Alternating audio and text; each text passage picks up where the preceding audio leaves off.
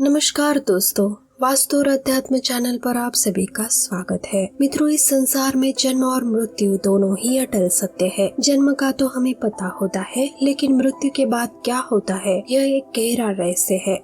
गरुड़ पुराण जो भगवान विष्णु और गरुड़ जी के संवाद पर आधारित है, उसमें मृत्यु के बाद आत्मा की यात्रा का रहस्यमय वर्णन मिलता है। आज हम उसी पर चर्चा करेंगे कि मृत्यु के तुरंत बाद से लेकर 12वें दिन तक आत्मा किन किन अवस्थाओं से गुजरती है। पहला दिन, जैसे ही प्राण शरीर से निकलते हैं, आत्मा एकदम असमंजस स्थिति में होती है। वह अपने शरीर को जमीन पर पड़ा देखती है, अपने प्रियजनों को चारों ओर रोता बिलखता देखती है, लेकिन वे कुछ नहीं कर पाती। पहले दिन आत्मा को सबसे ज्यादा हैरानी होती है कि वह अब इस शरीर की कैदी नहीं रही। दूसरे से 5वें दिन का सफर, इन दिनों में आत्मा अपने घर के आसपास ही मंडराती है। वह अपने प्रियजनों को देखती है, कोई आंसू बहा रहा है, कोई याद कर रहा है। आत्मा चाहती है कि अपने परिवार से बात करे, उन्हें दिलासा दे, पर उसकी आवाज कोई सुन नहीं सकता। यही समय आत्मा के लिए अत्यंत पीड़ादायक होता है। कहा जाता है कि अगर घर वाले इन दिनों सत्संग पाठ जब करते हैं तो आत्मा को थोड़ी शांति मिलती है। 6 से 9वें दिन का सफर, अब आत्मा को यमदूत लेकर मृत्यु से बाहर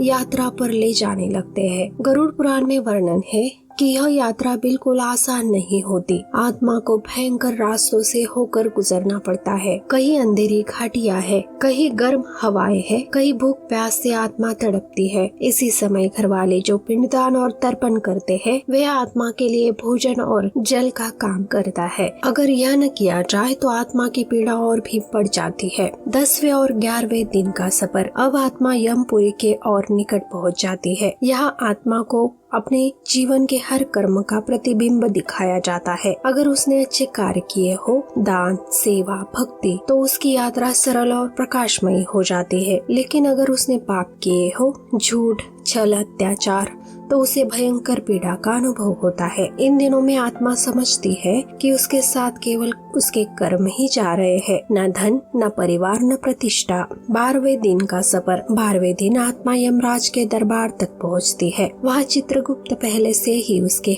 हर कर्म का लेखा जोखा खोले बैठे होते हैं। फिर यमराज के आदेश से तय होता है कि आत्मा को किस लोक की यात्रा करनी है। स्वर्ग अगर उसने पुण्य कमाया हो, पितृलोक अगर उसे अपने पूर्वजों के बीच रहना हो, या फिर नरक अगर उसने घोर पाप किए हो। यही है मृत्यु के बाद आत्मा की 12 दिन की रहस्यमयी यात्रा। दोस्तों, गरुड़ पुराण हमें यह सिखाता है कि मृत्यु के बाद की यह यात्रा आत्मा के लिए बहुत कठिन होती है, लेकिन अगर हम जीवन में सच्चाई, सेवा और भक्ति का पालन करें तो यह मार्ग बहुत सरल हो जाता है। इसीलिए हमारे शास्त्रों में श्राद्ध और पिंडदान का विशेष महत्व बताया गया है, ताकि आत्मा को शांति मिले। मृत्यु कोई अंत नहीं है, यह एक नई शुरुआत है, एक नई यात्रा का द्वार, और यही है जीवन का सबसे बड़ा रहस्य।